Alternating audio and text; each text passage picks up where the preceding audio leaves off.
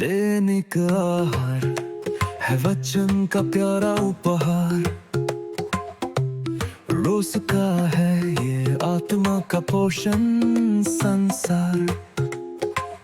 हर शब्द में छुपी है ईश्वर की पुकार।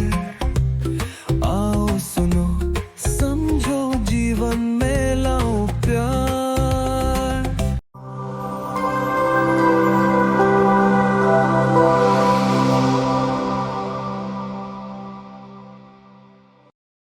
अगर ईश्वर हमारे साथ है तो कौन हमारे विरुद्ध होगा।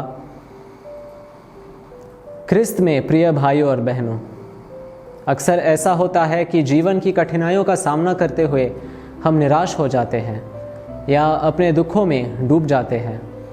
आजकल हम कई लोग से मिलते हैं जो जीवन का अर्थ और आनंद खो बैठे हैं और वे जीवन को एक भारी बोझ समझते हैं।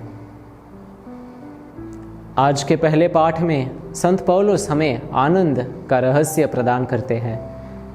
रोमियो को लिखते हुए वह कहते हैं, कौन हमें मसीह के प्रेम से वंचित कर सकता है।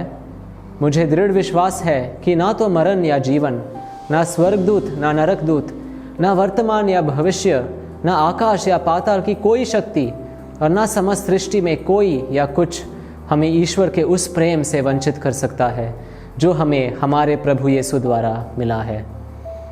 इसी पाठ में संत पौलुस हमें इन सांत्वना भरे शब्दों से प्रोत्साहित करते हैं, यदि ईश्वर हमारे साथ है तो कौन हमारे विरुद्ध होगा। प्रिय भाइयों और बहनों, जीवन की हर परिस्थिति और हर कठिनाई हमें ईश्वर के प्रेम का अनुभव करने का और उस पर विश्वास तथा भरोसा रखने का अवसर देती है। इन प्रतिकूल परिस्थितियों में हम आज के भजन अनुवाक्य के शब्दों में प्रार्थना कर सकते हैं, हे प्रभु, तू मुझसे प्रेम करता है, मेरी सहायता कर। अगर हम ईश्वर के प्रेम को ही अपने जीवन की नींव या आधार बनाते हैं तो कोई भी चीज़ हमें नीचे नहीं गिरा सकेगी। ईश्वर के प्रेम में पूर्ण भरोसा रखते हुए हम एक विजयी, अर्थपूर्ण और आनंदित जीवन जी सकते हैं। उदाहरण के लिए हम संतों के जीवन को देख सकते हैं। कुछ ही दिनों में हम सब संतों का महापर्व मनाने वाले हैं।